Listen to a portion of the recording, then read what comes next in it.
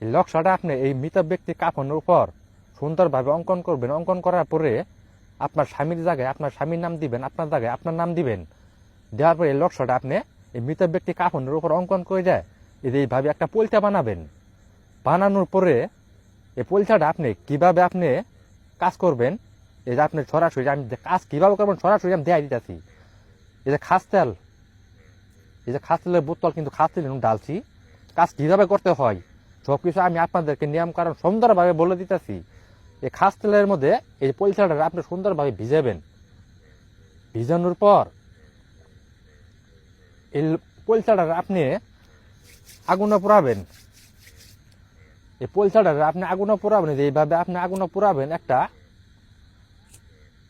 মাইটা পোষণের মধ্যে, একটা মাইটা পোষণের মধ্যে এইভাবে আপনি পলটাটা পোড়াবেন।